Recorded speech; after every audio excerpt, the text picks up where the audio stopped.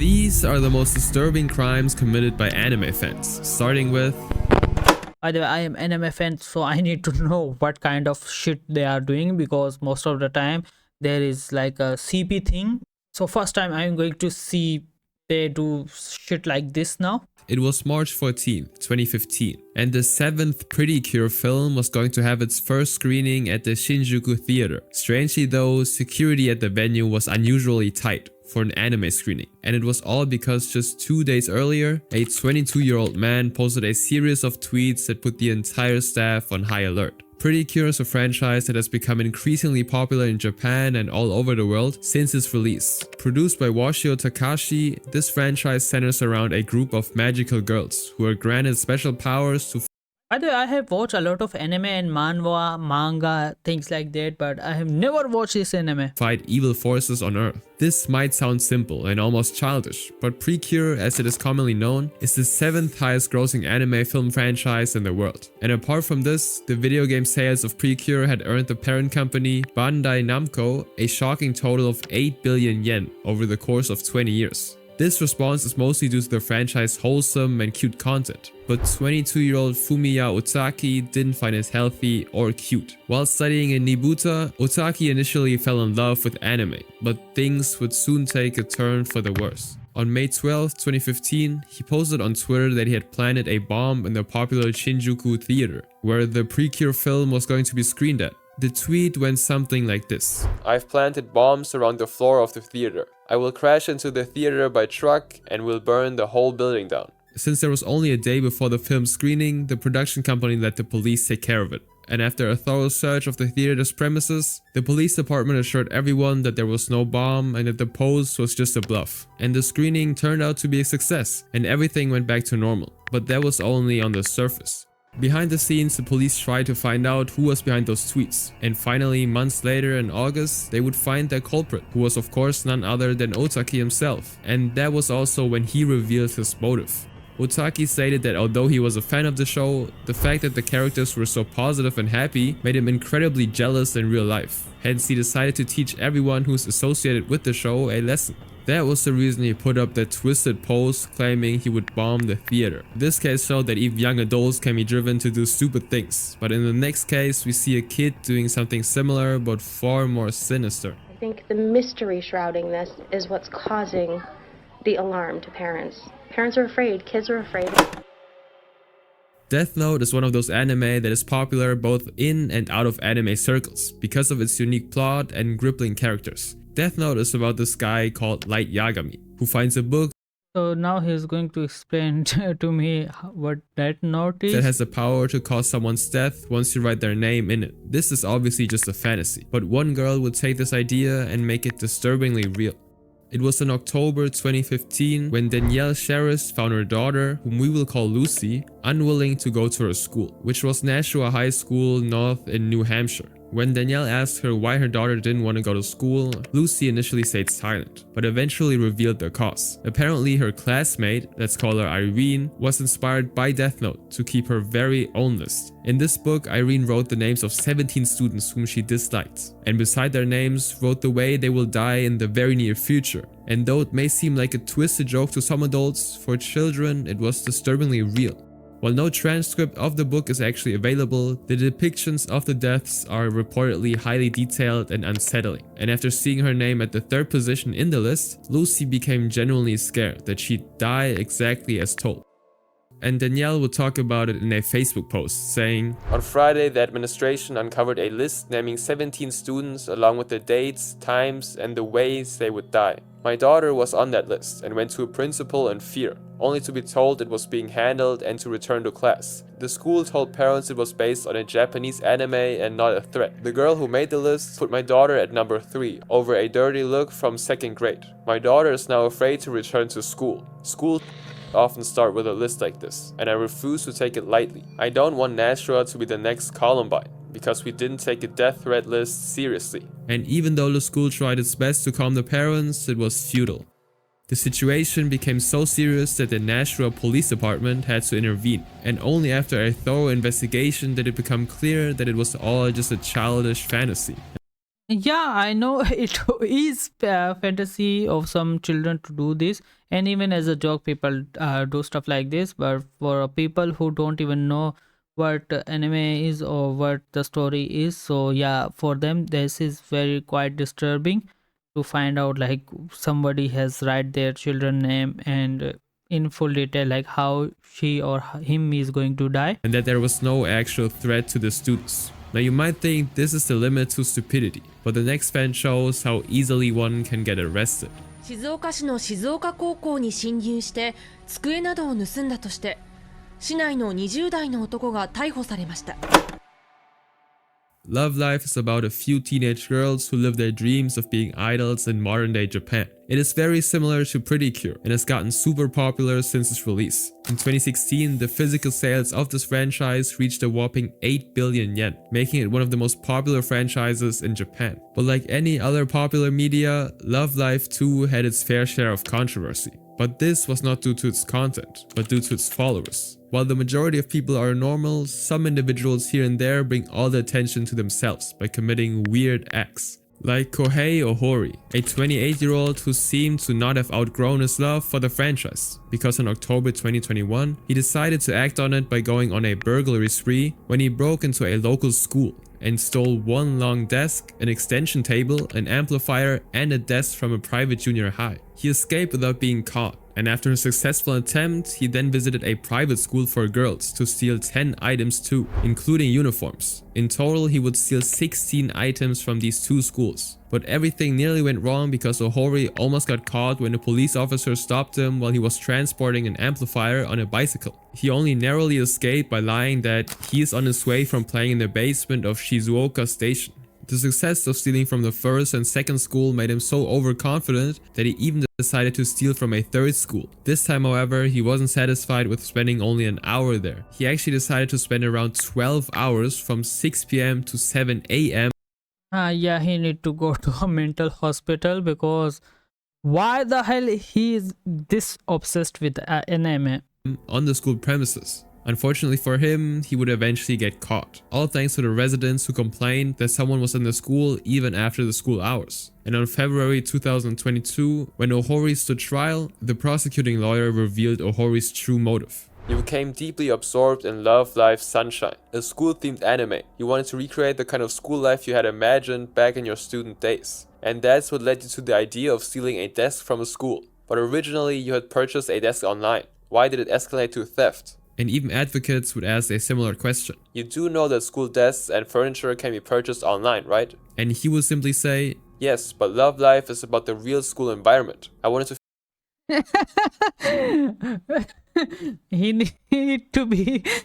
he need to go to a mental hospital, but still it is a good thing that he steal furnitures there because you know he can steal other stuff. You know, if you are anime fan, what I'm talking about. feel like I was truly a part of that world. The school life, the club activities. So to enhance that immersive feeling, I felt like I needed an actual desk that had been used in a real school. So you're saying a desk bought online wouldn't help you fully visualize or immerse yourself in that world? Exactly, yes, that's right. Why did you steal? Originally, I felt homesick, like I wanted to experience the nostalgia and mood of my school days and youth, or that I wanted to go back to spending time with my family. The reason was that I wanted to go back to when I was little. And after much back and forth, Ohori would be sentenced to 2 years in prison for stealing. But while Ohori's actions can be considered somewhat harmless, this next Love Live fan took things to a far more dangerous level.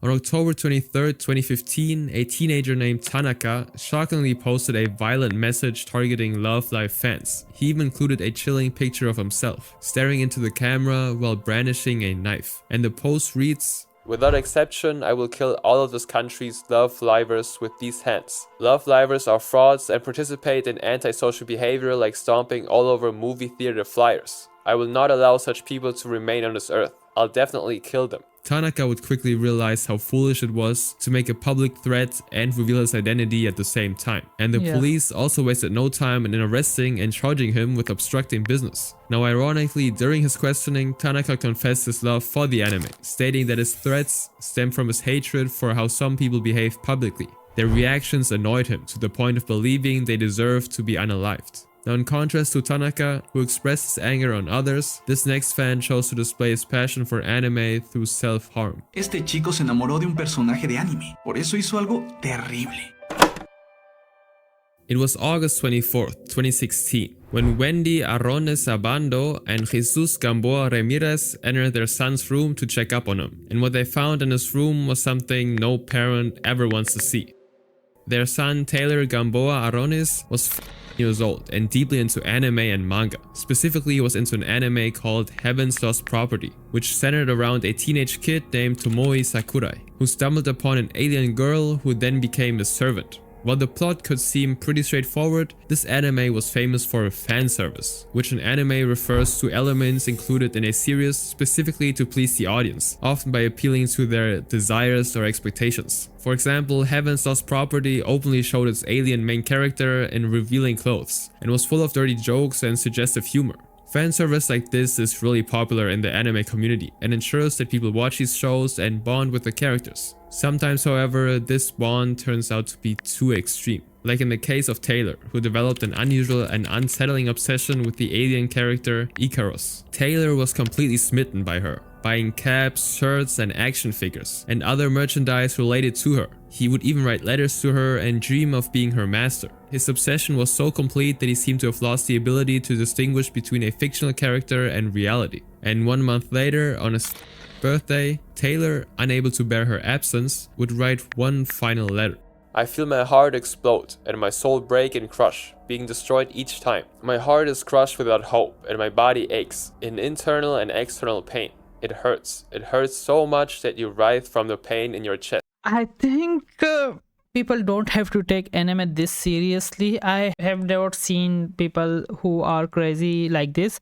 I am a otaku myself and I have watched multiple anime, and one day I will share how much things I watch, but I have never feel like this. Yeah, especially in reincarnation anime, you feels like I want to go to that world specifically to just to be a part of that storyline, but it's still a fiction story and you need to realize it before you started to get attached to it even more.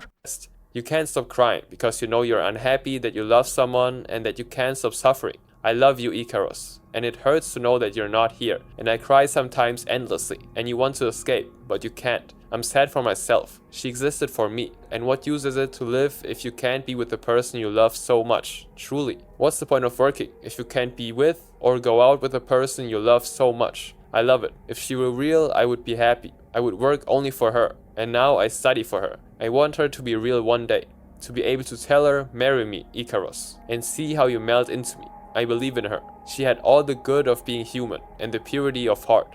I love you, Ikaros, forever and always. And after writing this letter, Taylor would go into his bedroom and leave this earth. He was dead.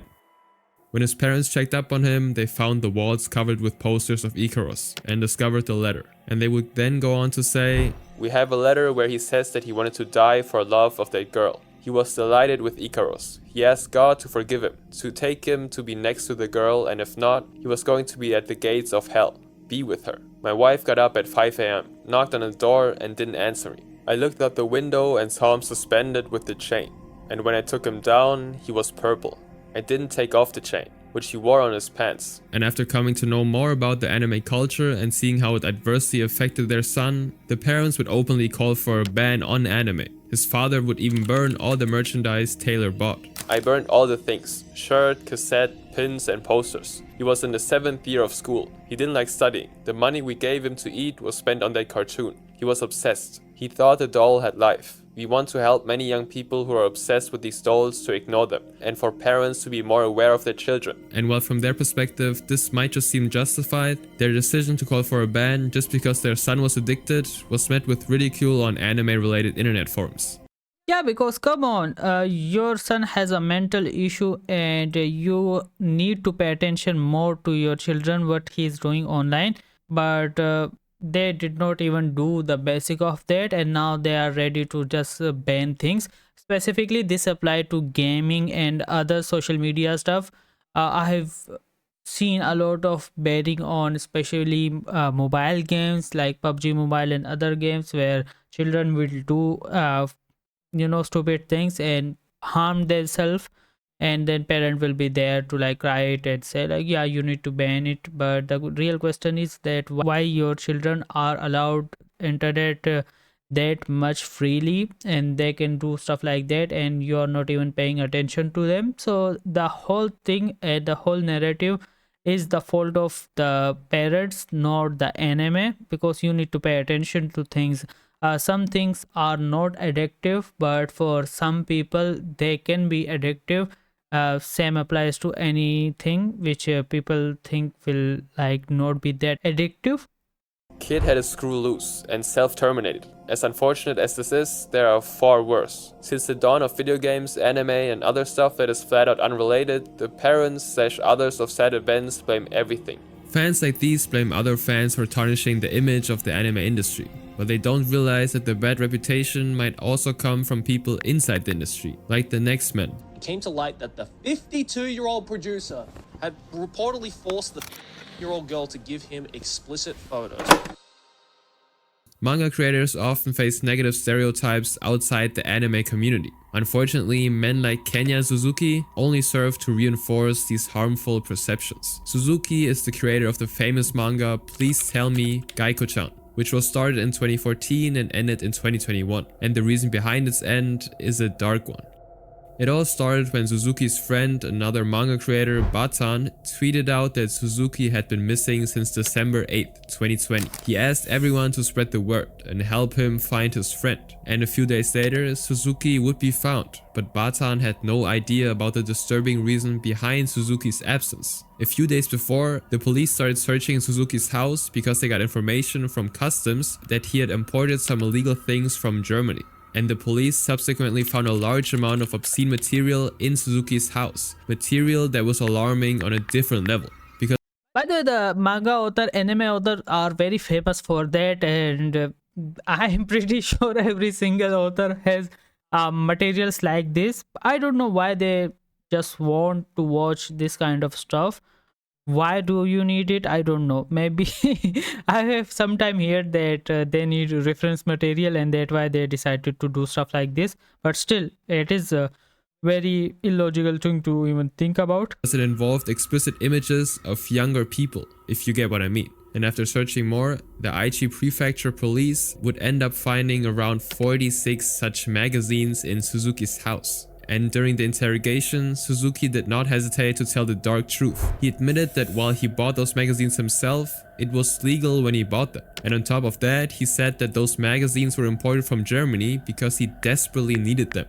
No matter what, I wanted photos of nude from overseas, which you can't get in Japan. And all throughout his trial, Suzuki didn't once try to appeal the court's decision, and almost immediately pleaded guilty to all the charges. So on 29th of March 2022, he was sentenced to 1 year in prison with 3 extra years on probation. Now, Only 1 year. That's why people made fun of Japan in regarding crimes like this, because they are very much just let the criminal go free. just 2 years later, an even more disturbing case emerged, involving a prominent anime producer. This time, however, the crimes were even more disturbing and more dangerous.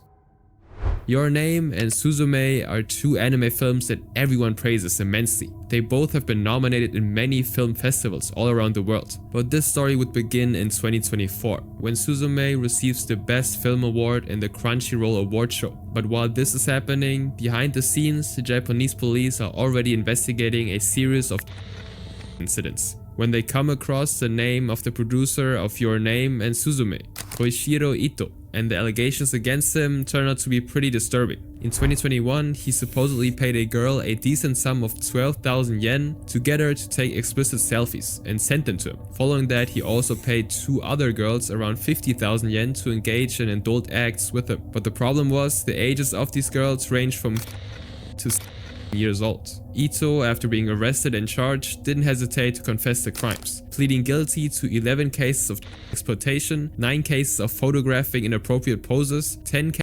Holy hell!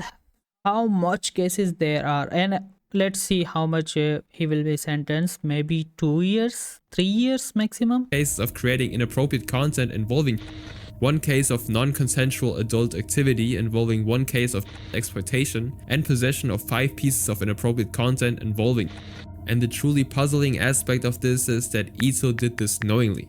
And the judge would give a final ruling that said he repeatedly offered money to engage in and secretly photograph images of intercourse. This has a significant adverse effect on the healthy development of the mind and the body of the victims, who are immature in their ability to make autonomous decisions. The degree of responsibility and blame is high. After this news came out, the Your Name director, Makoto Shinkai, who's a long-term associate of Ito, tweeted out how he felt about this whole issue. Upon seeing the news of the arrest of someone involved with the work, I am deeply shocked. First and foremost, I extend my heartfelt sympathies to the victims. I also feel truly sorry for causing unease among everyone who loves and supports the work. I believe that this incident does not diminish the value of the work itself, but it is only natural that some may view it with distrust. The fact is truly disturbing and saddening to me. Now this next case takes obsession to a truly new level. SNS に投稿された写真から特定した地下アイドルの女性の自宅に押し入り Eina Matsuoka was a young idol in an underground J-pop group, and like many performers, she regularly shared selfies and candid snapshots online to stay connected with her fans. But there was one man who was looking for more than just a connection. The man was Hibiki Sato, a 26-year-old who became obsessed with Eina in an unsettling way. He didn't just enjoy her music or photos, but wanted to meet her in real life. And how far he actually went for this is just a proof of his obsession. One day when Eina posted her casual selfie, Sato noticed something that he could exploit. He saw a faint reflection of a train station in her pupils, and after zooming and enhancing this image, he used Google Street View to match the reflection to a real station. But his obsession wouldn't stop there. To know which floor she actually lived on, he studied how the light bounced off her curtains and other Holy unemployment. I don't know how they do this kind of stuff. videos, observed the angle of shadows, and pieced together the exterior of her apartment building. And so step by step, he used these images to construct a map towards her house. It was September evening in 2019 when Sato put his plan into action. He followed Eina from a concert venue and waited outside her Tokyo apartment. And when she entered the building, he pounced on her and covered her mouth with a towel, dragged her down, and ended it with SAing her. She fought back by screaming. And thankfully, this is when the neighbors were alerted, who then called the police. But by the time they arrived, Sato was long gone. Now despite this, the police managed to arrest Sato on September 17th, over 2 weeks later, after piecing together security footage and her report. And during questioning, he calmly admitted to everything as he told investigators he located her address by analyzing her social media photos. But while this case is a story of obsession, the next one goes to places that are deeply shocking and disturbing. The jurors found her guilty on all 6 charges, including kidnapping, aggravated assault, and unlawful restraint of a...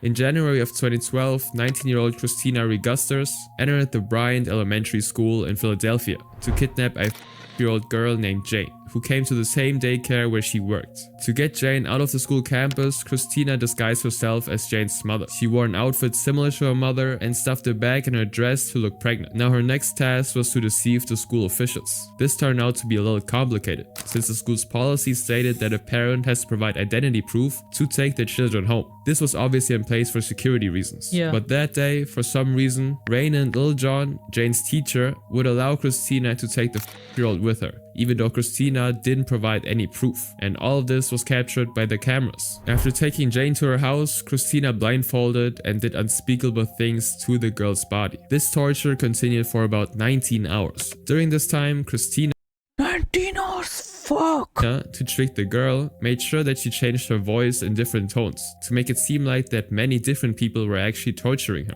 She even put up an illusion that there was a woman named China in the room, but this detail would come back later to bite her. After she did what she did, Christina bathed Jane and left her in ragged clothes in a nearby park. This was early in the morning, and Jane's cries for help were mostly unheard, but this was until a sanitation worker discovered her and actually called the police. When she was eventually examined by a doctor, they found out that she was severely injured in certain areas, and so quickly the police started investigating the case with the help of what Jane could recollect of the whole ordeal. She recounted everything she remembered, from the moment she was picked up at school to the moment she was left in the park, and out of the whole recollection, one detail stood out. The woman who kidnapped her had a talking parrot that kept saying, "You're fired." And this proved to be a crucial detail, and the police started asking people about this bird, and they were gradually led to Christina's house. On top of this, when Jane was driven around the neighborhood by the police, she pointed to a house with a green door and claimed that this was where she stopped with the woman. And this house actually turned out to be Christina's. And when the police entered, the talking bird exclaimed, "You're fired." In February of 2013, Christina was finally arrested and charged with serious allegations of kidnapping, aggravated assault, and indecent activity with it.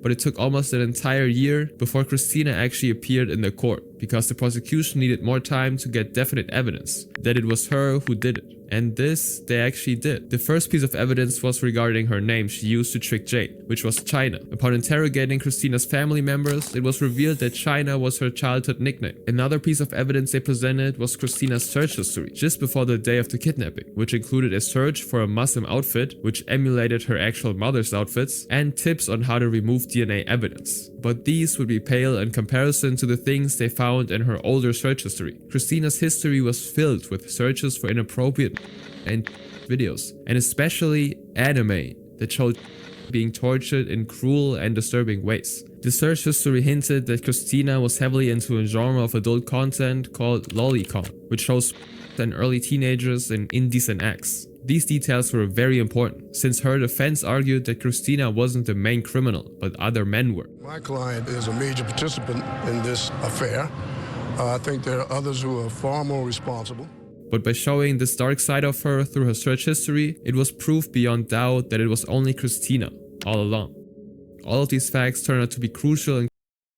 By the way, I am surprised to see lawyers like that guy that they will just defend even the criminals to just keep their winning streak of the cases they are winning, convincing the jury of Christina's crime. And finally, in October 2015, she was sentenced to 40 years in prison. Jane's family even filed a lawsuit against her school, whose fault of letting the girl go with a stranger was the main reason this actually happened. But while anime may have played a role in this crime, the next man went even further than that.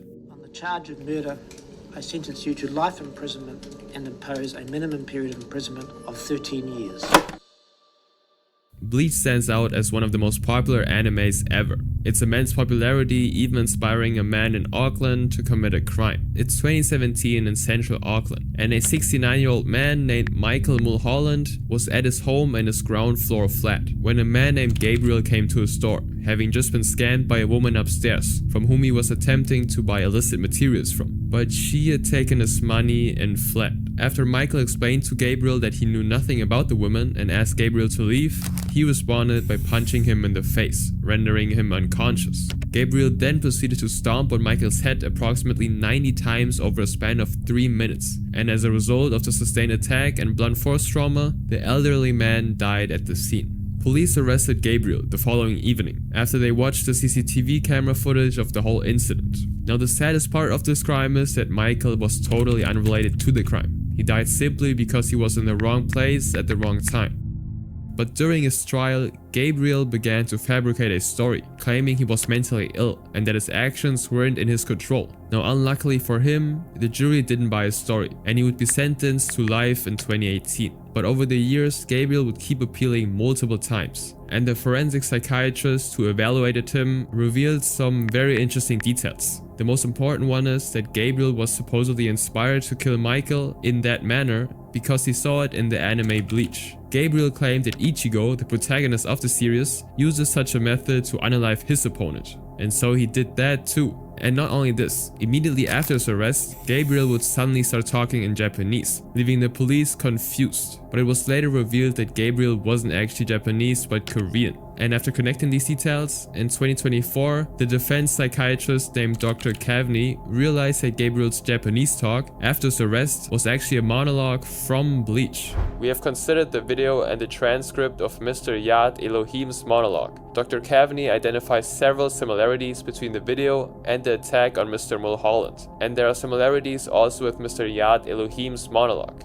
The argument is that the video and the transcript together justify the inference that Mr. Yad Elohim was in the grip of a delusion when he attacked Mr. Mulholland. But the court ended up denying this appeal too, And while Gabriel got inspired to kill one man, this next individual didn't stop at only one person. In the video, he admits killing his mom, his dad, and his brother, but investigators say he planned on killing many more.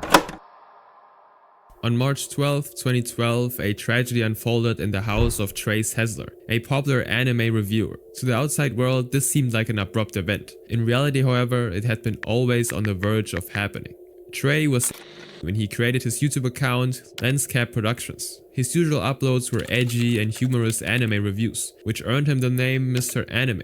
And apart from that, Trey was also an aspiring filmmaker, so he frequently uploaded short films to his channel that featured his brother Mark and mother Rhonda. But over time, his content began to shift. As the years passed, Trey's style and demeanor began to drastically change. He became darker, sometimes even talking about unaliving himself, and his channel's content was also slowly moving away from anime towards discussions on guns. He started displaying rifles and joking about them. In one particular video, he even used a rifle to shoot a couch. One of the first people to notice Trey's fascination with guns was Charles Scroggins, an old man who lived in Hempstead, to whom Trey frequently showed off his guns to. Now, Charles was initially fine with the whole gun talk, but he also slowly realized that Trey started talking about shooting humans and not just animals, and this struck Charles as very odd and disturbing. Even Rhonda, his mother, started to notice things, but she kept quiet. For example, she found out that Trey was into killing animals with his pistol.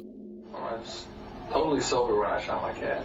I grabbed the brick barrel 20 gauge and I pulled the hammer back and I shot the cat basically like in half. But these incidents were actually ignored as signs of a deeper turmoil. Unbeknownst to all, Trey was even secretly doing something far more sinister. He made a list of all the school attacks that took place in the US and even graded them according to the weapons they used. And he also started researching serial killers and even planned to turn into one. Slowly, his behavior became so crazed that he even called the police and inquired whether or not a civilian could possess body armor. And when asked why he inquired about this, he simply replied with that he just wanted to know since he saw someone selling it. The officer who actually spoke with Trey was Michael Maths, the same officer who would be one of the first witnesses to Trey's destruction. And so in early 2012, Trey started creating a plan to attack people in his high school. That year, he also posted a video titled "Mr. Anime is planning something," as if to hint at this. But little did the viewers know what would really happen.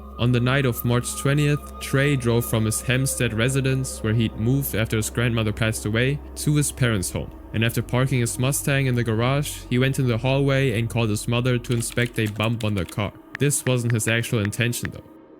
When she arrived, he decided to shoot her 4 times. And hearing these shots, his brother also asked him what happened. And in reply, once he saw him, Trey shot him twice. But since those shots actually missed, Mark escaped and hid in the bathroom. Meanwhile, Trey went to his father, who was half asleep, and unfortunately shot him twice too. He then went to the bathroom where Mark was hiding and shot through the door until he passed away. But it didn't stop there. Slowly realizing what he had done, Trey started breaking down more and more. According to himself, he started to randomly shoot his already dead family members. For him, it was a way of ensuring that they didn't suffer. Since I already shot 3 people, I don't want anyone to be suffering, laying on the floor for hours, moaning and groaning. I gotta retrace with a more powerful weapon and shoot him again. And once the clock struck midnight, Trey started to actually break down and destroy the entire house. He even wrote messages on the surface of their doors. "Why did I do this?" And "I love my mom, dad, and brother. And God forgive me because I cannot forgive myself." At noon the next day, he finally left the house, after calling his parents' workplaces and telling them that they wouldn't be coming because they were sick. He then started his Mustang and fled.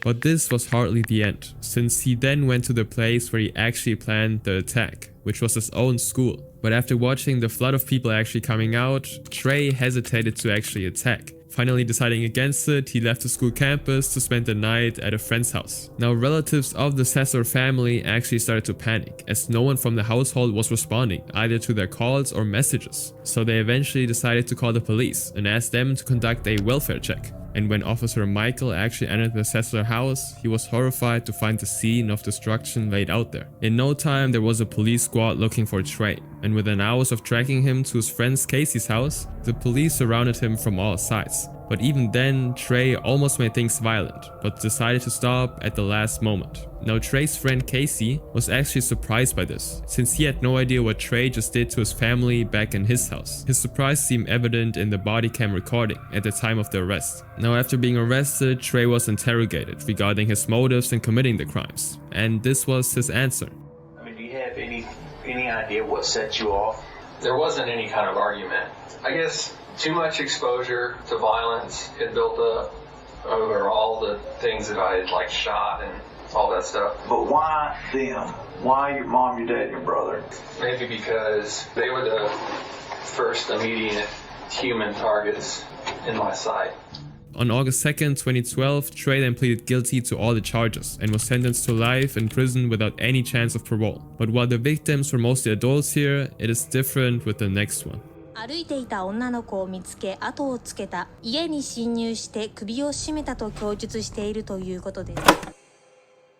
In 2021, the Okayama District Court was the center of attention in Japan, all to one man being tried for a murder case, Kunihiko Katsuya. The funny thing is that Katsuya was already sentenced to 10 years of prison for stabbing a girl in 2015, but just as his sentence was ending, the dark secrets about his past began to surface. It all starts when Katsuya is a teenager in the year 2000. At that point in time, his violent tendencies started appearing as random acts of punching and his female classmates. There seemed to be no reason why he did it, but for these offenses he only received a few weeks of probation. After that, Katsuya's name didn't appear in any arrest records until 2010, when the police arrested him for punching a and stabbing her with a screwdriver. The court at the time that found him guilty sentenced him to 4 years in prison. His crimes had clearly escalated, but they fade in comparison to what came next. In 2014, after serving time in prison, he immediately found his way back just months later, where he committed a more heinous crime. He stalked a girl and ended up stabbing her brutally. Despite bleeding heavily though, she would still survive.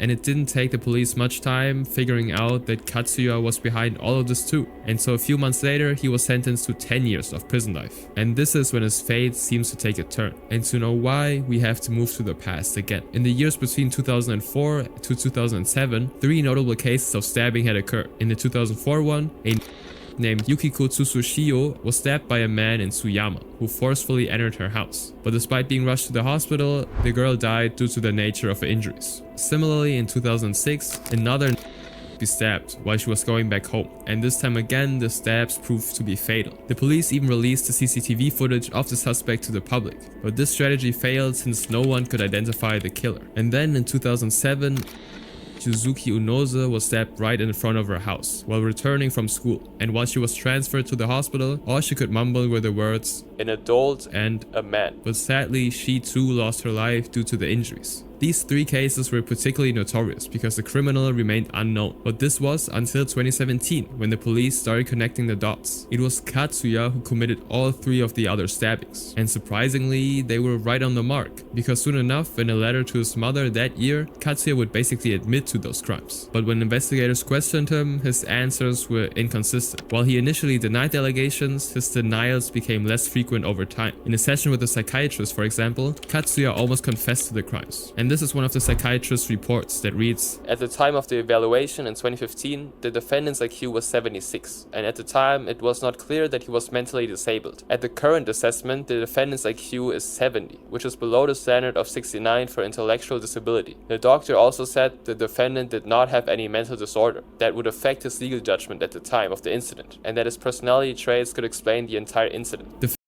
So he was just doing it for the love of the game, and he was having fun while killing people or stabbing people. And by the way, if the government already know he has done like 2 or 3 times similar thing, why they are letting this guy go again? Like, he can just do it again, and which happened, everyone can just see. The fact that his IQ was so low at the time of the investigation meant that any confession he made was close to being invalid. But the doctor went forward with the evaluation and found unsettling corners of Katsuya's personality. He noted that Katsuya's tendencies leaned towards sadism and quote-unquote loving. In his personal life, Katsuya also seemed to love a specific genre of anime called Bishoujo anime. which is a broad term used to describe anime/manga that shows female characters as cute. And although this genre is generally considered clean, the female characters in these anime often border on being depicted as dolly or suggestive young girls. And the doctor supposed that this might have had something to do with Katsuya's crime. And upon further investigation, it was also revealed that Katsuya had around 8,000 images of Bishoujo girls saved on his phone, and that while he was 8,000 in prison, he continually demanded manga from his mother. And slowly but surely during his evaluations, Katsuya would also begin to reveal his sinister fantasies. From the time I entered school, I imagined a girl in a white blouse suffering. And then he would describe how he would hurt her in very graphic details. But when asked if he regretted his actions, he responded that he never felt any remorse for his victims. And this is a snippet of the trial's conversation. You said you were going to follow the girl and it would be fun to watch. But is the target a girl from elementary, middle or high school? Well, I think it's all. Elementary, middle and high school included. I targeted them all if they were cute. The defendant was living in Hyogo Prefecture at the time, but he loved cars and often went out. From what you said you had been to Tsuyama City about 4 times before this incident. Yes, both cars were parked in the same parking lot on the 8th floor of the same shopping center. How were you doing when you hit the ground? All 4 times I got off on the fire escape. The reason was that I thought there might be security cameras in the elevator. When are you talking about? About 2003 to 2004. Katsuya explained that he left home planning to stop at the Totori sand dunes before heading to Tsuyama. He parked at a shopping center, wandered for a while and came across an elementary school. There he noticed a walking home alone and decided to follow her. And eventually, learning where she lived, he went to her house and asked her the time and followed her inside. And what he planned started as a prank, of course, quickly turned into something far more serious. I thought the girl was cute and I wanted to play a prank on her, but it didn't play any prank. I strangled her. She resisted so violently that I strangled her again and then took out a small sword from my bag. And when asked why he did all of this, Katsuya gave a blunt answer. I strangled the girl to see her suffer, he said. I was trying to knock her out and play a trick on her. The girl collapsed, but I didn't want to make a scene, so I stabbed her 4 times in the chest and stomach. I strangled her for 2 reasons, to see her suffer and to play a prank on her. Now finally, over the course of many hearings, Katsuya again would be sentenced to a life sentence in 2022 for the Tsuyama killings. And for now, the prosecution is still trying to charge him for the 2 other murders. So he was just a mental deranged person who just want to see girls suffer. What the hell was going on? And thank you very much for watching this video. See you in the next video. You can just suggest if you want me to react to certain kind of videos. I don't know, I am just reacting to whatever content I can just see. But that's it for today's video. See you in the next video. Until then, bye bye.